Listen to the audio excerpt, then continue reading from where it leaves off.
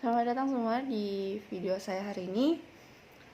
Sekarang saya mau jelasin mengenai e-commerce. Ada beberapa topik yang sudah saya ambil untuk dijelaskan di sini. Tapi sebelum mulai, saya mau perkenalkan diri dulu. Sebelumnya nama saya Ferby Claudia, NIM 2018-787. Jadi saya udah bilang saya akan jelasin beberapa materi. Pertama, saya mau ngejelasin apa itu e-commerce. Kedua, bentuk-bentuk dari e-commerce. Ketiga, saya akan menjelaskan mengenai kekurangan atau kelebihan dari e-commerce. Keempat, masalah-masalah yang muncul di e-commerce. Terus ada sedikit menyinggung mengenai pelanggan, kayak kenyamanan pelanggan dan semacamnya. Terus yang terakhir untuk penutupan, saya akan ambil salah satu contoh e-commerce yang cukup terkenal di Indonesia untuk contoh materi saya. Nah, sekarang kita mulai penjelasan saya dari yang pertama.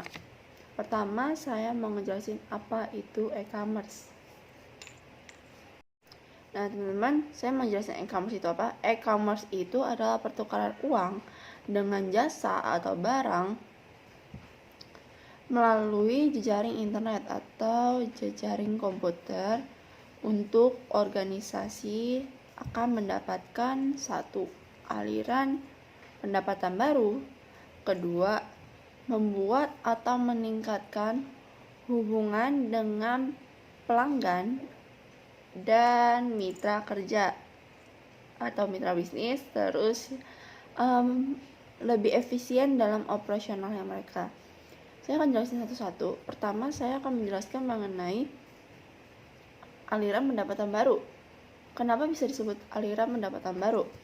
Jadi teman-teman, untuk aliran pendapatan baru ini kalau misalkan kalian dagang secara offline, pendapatan kalian mungkin hanya segitu-segitu aja. Tapi kalau kalian dagang secara online atau menggunakan e-commerce ini, pendapatan kalian bisa lebih. Karena apa? Kalian menjualan nggak hanya di satu lingkup teman-teman, tapi di berbagai lingkup. Bisa jadi di seluruh Indonesia, atau bisa jadi juga di seluruh dunia. Dan pasti ini akan membuat aliran pendapatan baru di perusahaan kalian, kayak gitu. Terus kedua, membuat atau meningkatkan hubungan antara pelanggan dan juga dengan mitra bisnis. Maksudnya gimana? Ini, kalau kalian udah punya pelanggan lama, pasti akan meningkatkan hubungan kalian dengan pelanggan lama. Kayak kalau misalkan dulu pelanggan lama kalian hanya bisa ke toko kalian baru bisa beli, kadang kan orang ada yang kayak nanti aja deh kalau gitu. Nah, kalau online kan sekarang mau beli ini, tinggal pencet aja di HP, udah kan. Itu meningkatkan hubungan kalian akan lebih dekat. Terus kalian juga lebih gampang komunikasi dengan pelanggan-pelanggan kalian, karena biasanya di e-commerce itu ada fitur chatting atau fitur konsultasi. Untuk yang maksudnya membuat hubungan, itu maksudnya untuk pelanggan baru. Kalau kalian ada pelanggan baru, terus calon pelanggan baru, pasti biasanya mereka akan chat kalian atau bertanya ke kalian melalui jejaring internet, dan itu akan membangun atau membuat hubungan baru. Dengan mitra kerja juga sama, yang lama bisa mesen barang kalian di online, yang baru juga kayak gitu, dan bisa komunikasi dengan kalian secara langsung real time melalui jejaring internet. Terus yang ketiga, dia membuat efisien di operasional kalian. Yang kalian harus buka toko pagi-pagi atau semacamnya, atau mengatur ulang toko, kayak kan kalian harus masukin barang, terus kan kalian harus keluarin lagi untuk didagangin. Tapi kalau di e-commerce nggak perlu, karena dia 24 jam 7 hari full kalian bisa dagang. Jadi nggak ada batasan waktu di e-commerce itu. Tinggal kalian memanage di mana kalian mau jualan di e-commerce itu. Nah, itu e-commerce. Tapi sebelumnya, kalau di perusahaan, kenapa sih manajer itu harus mengerti e-commerce? Nah, kenapa manajer harus mengerti e-commerce? Pertama, manajer ini harus memahami pelanggan dan fundamental tempat mereka beroperasional. Maksudnya perusahaannya beroperasional.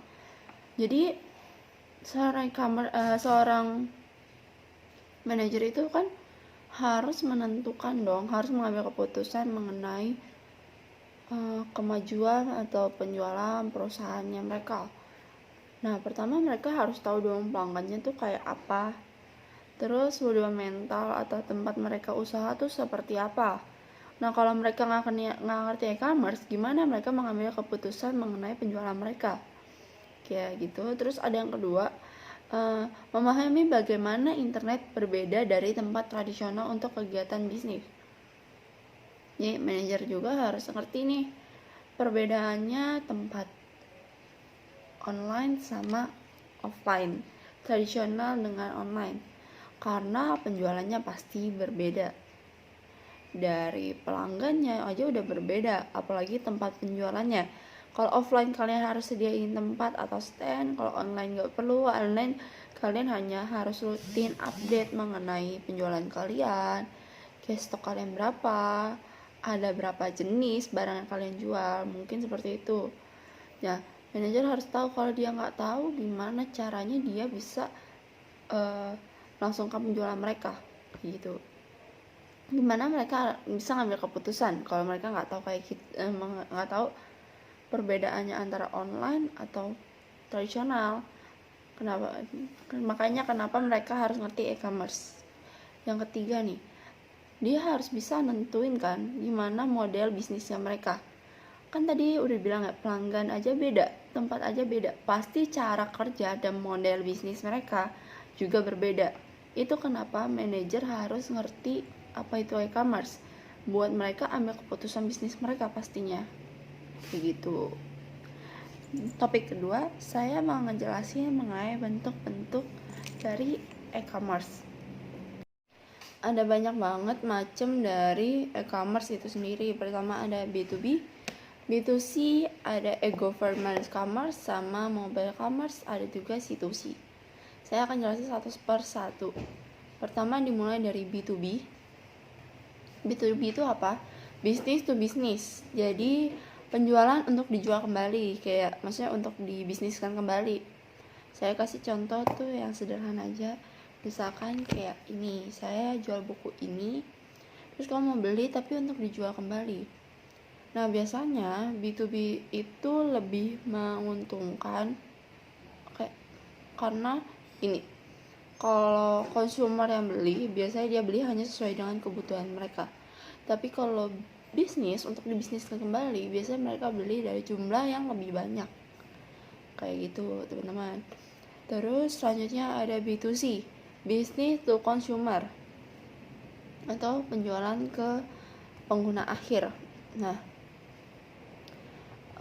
consumer ini biasanya juga dipertahankan karena apa, teman-teman? Di sini dia ada prospek yang menguntungkan juga. Terus di sini kita pengukuran barang dan jasa antar organisasi bisnis dengan konsumen, individu, situs web adalah. Jadi di sini kita juga ada pengukuran.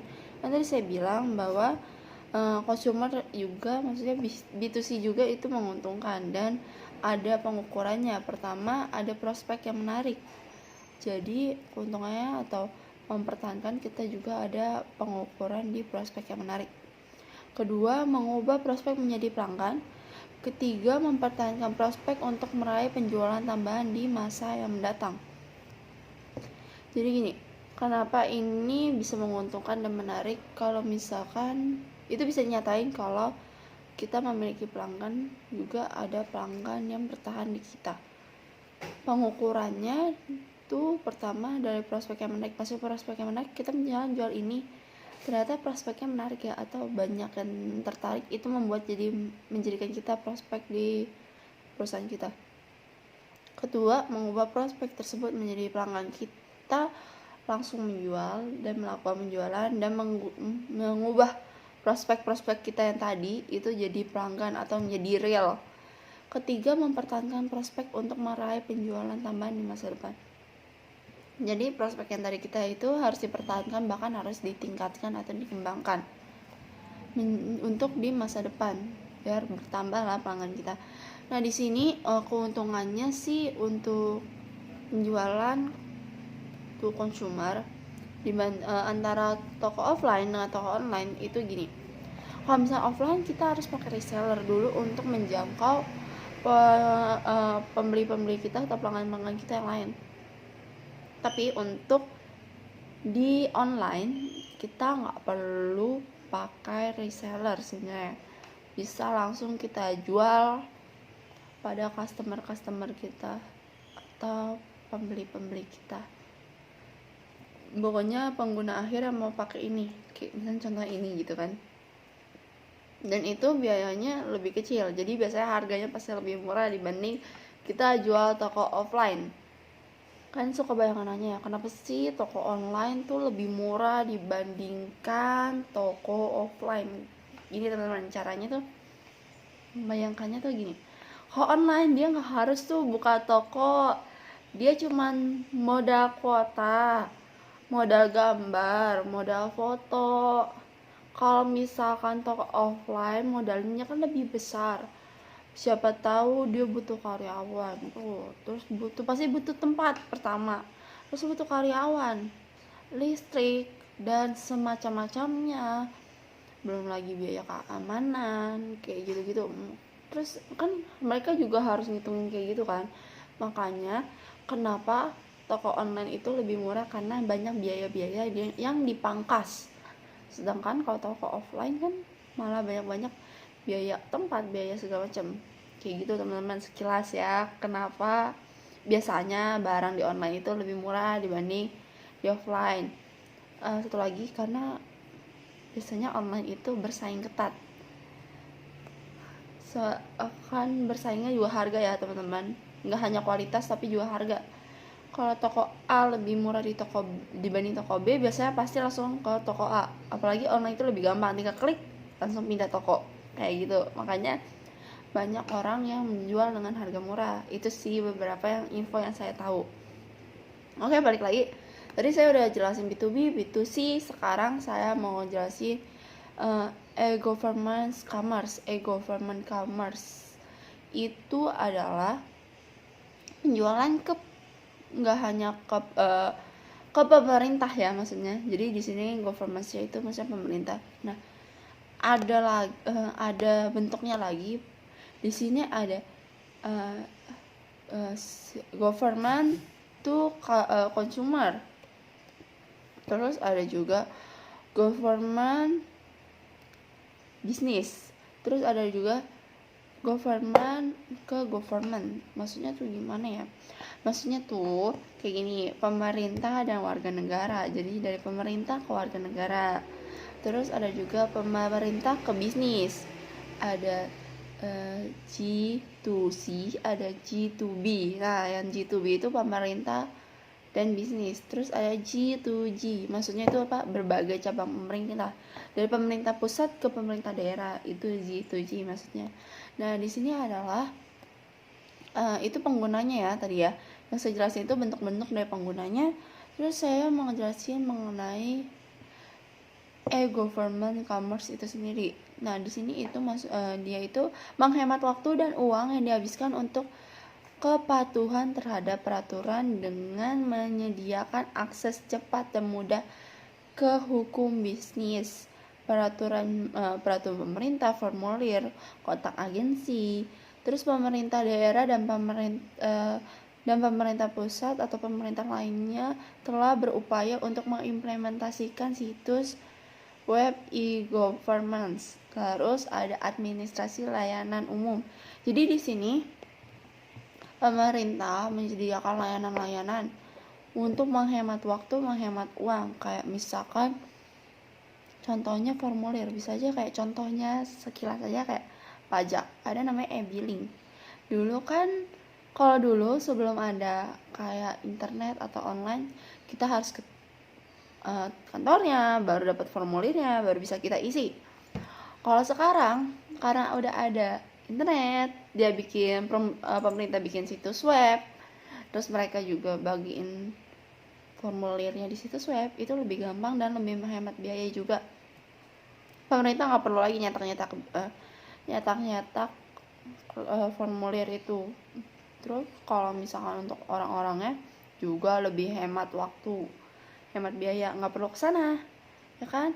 Terus kita bisa kapan aja ngisi formulir itu, gitu. terus layanan-layanannya lebih mudah dijangkau. Terus saya juga yang selanjutnya ya, saya akan jelasin apa itu consumer to consumer.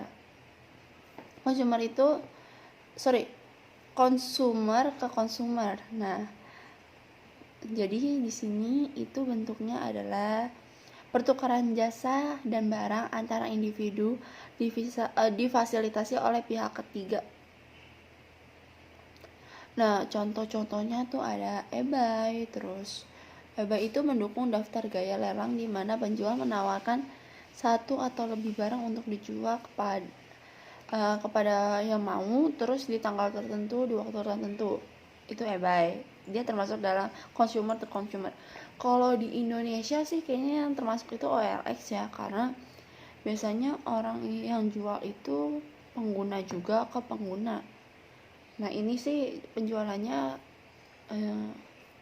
dia penjualannya itu sesuai kebutuhan aja. Kayak misalnya penjualannya, saya udah nggak pakai ini, atau saya punya kelebihan barang ini, terus saya lelang atau saya jual, terus yang beli mungkin nggak terlalu banyak karena kita penjualan bukan untuk penjualan untuk bisnis, tapi hanya ya untuk karena kita udah nggak pakai atau memang kita kelebihan atau semacamnya kayak gitu. Jadi saya udah jelasin B2B, B2C, C2C, e-government, commerce. Terus yang terakhir saya mau ngejelasin mobile government. Di sini mobile government itu membeli dan menjual barang dan jasa atau jasa menggunakan perangkat seluler, tablet, smartphone, perangkat portable lainnya, mendukung semua bentuk e-commerce. Jadi di sini mobile. Jadi e-commerce-nya itu bisa di HP, bisa dimanapun, kayak gitu teman-teman. Oke, selanjutnya teman-teman, tadi saya udah jelasin B2B, B2C, C2C, e-government commerce, sama mobile commerce. Tadi saya udah bilang saya akan menyinggung sedikit mengenai pelanggan atau customer atau consumer gitu. Jadi teman-teman, kita kan jual online itu tadi saya udah singgung bahwa persaingannya sungguh ketat. Banyak banget yang jualan di toko online, di e-commerce. Nah, saya mau ngasih tahu sedikit mengenai gimana sih kita bisa menarik pelanggan, terus membuat pelanggan nyaman, terus cara-cara pembayaran yang bisa ditawarkan ke pelanggan, kayak gitu-gitu sih teman-teman. Dan waktu yang efisien kayak untuk penjualan tuh kayak gimana sih. Nah, pertama saya mau ngasih tahu kalian mengenai insentif. Jadi maksudnya gini, memberikan insentif bagi pelanggan untuk membeli dan kembali di masa depan. Maksudnya membeli kembali. Gimana sih caranya? Maksudnya mempertahankan atau menarik pelanggan baru. Pertama itu pastinya harus dengan cover. Biasanya itu orang lihat dengan cover ya. Lihat orang aja kadang lihat dari muka dulu, rapi apa enggak. Sama e-commerce atau toko kita juga harus menarik kalau kita jualan di e-commerce, karena tadi saya bilang persaingan kita sungguh ketat.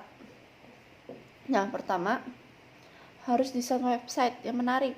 Kedua, libatkan pengunjung dengan situs dan membuat mereka ingin menghabiskan waktu di sana. Jadi bikin situs yang menarik dan bikin situs yang membuat para pelanggan ingin atau tetap belanja di sana. Terus abis itu saya juga mau jelasin mengenai penawaran metode pembayaran.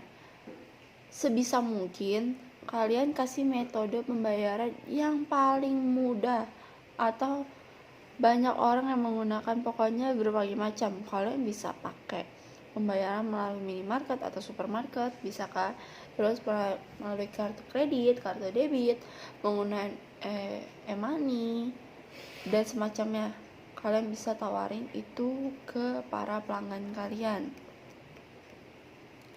Terus teman-teman, untuk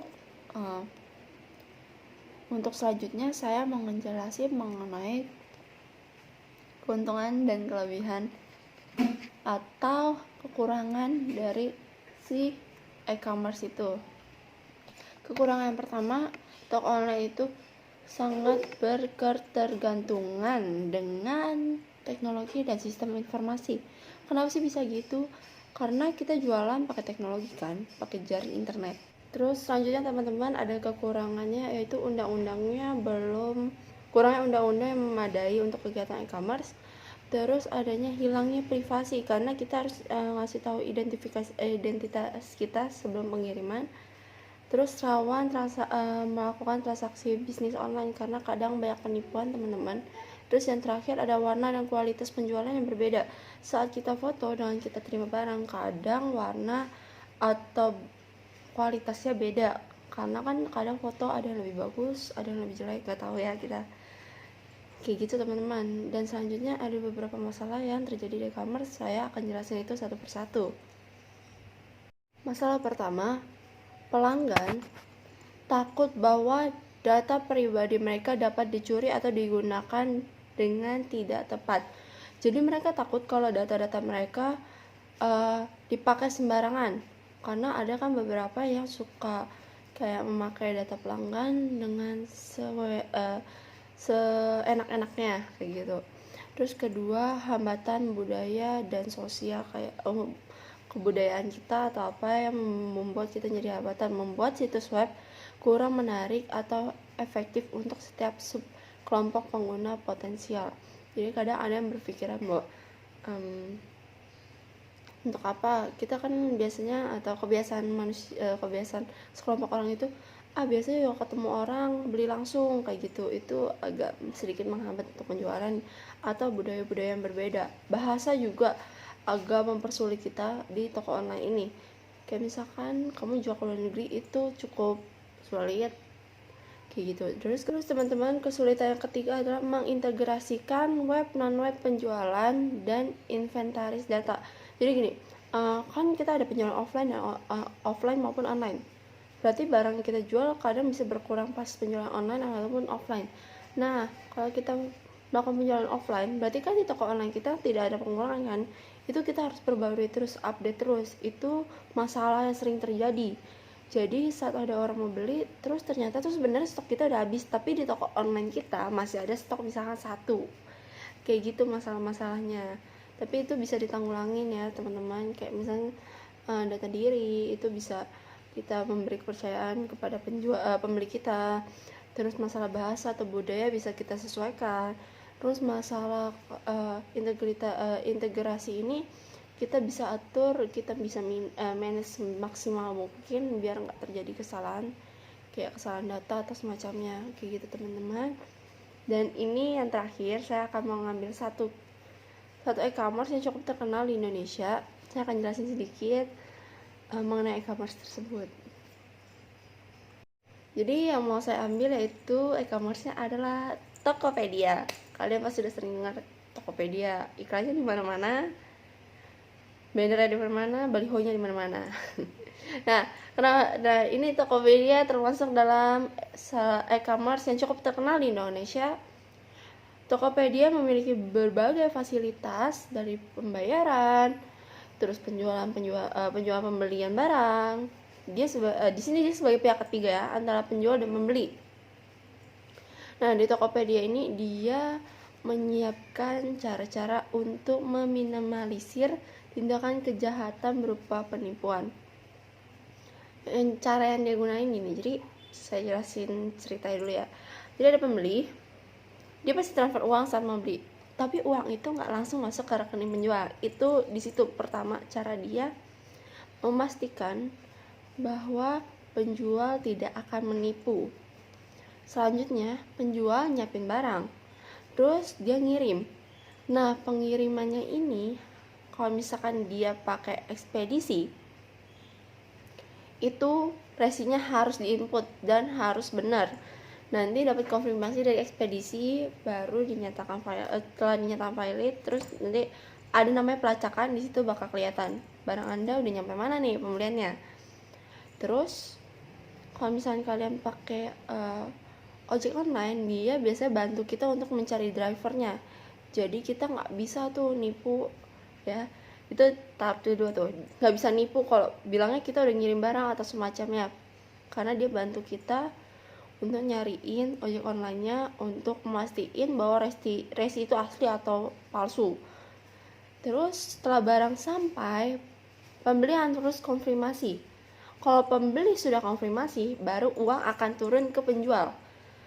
Terus di sini juga Tokopedia ngasih fasilitas retur, dimana kalau misalkan menjual nggak sesuai barangnya, ini penipuan ketiga ya, dia bisa aja pura-pura ngirim, tapi ternyata barangnya nggak sesuai atau bukan barang yang dipesan. Nah di sini dia ngasih fasilitas sebelum kalian konfirmasi, terus kan biasa ada kayak pembatalan atau semacamnya atau retur, terus baru konfirmasi.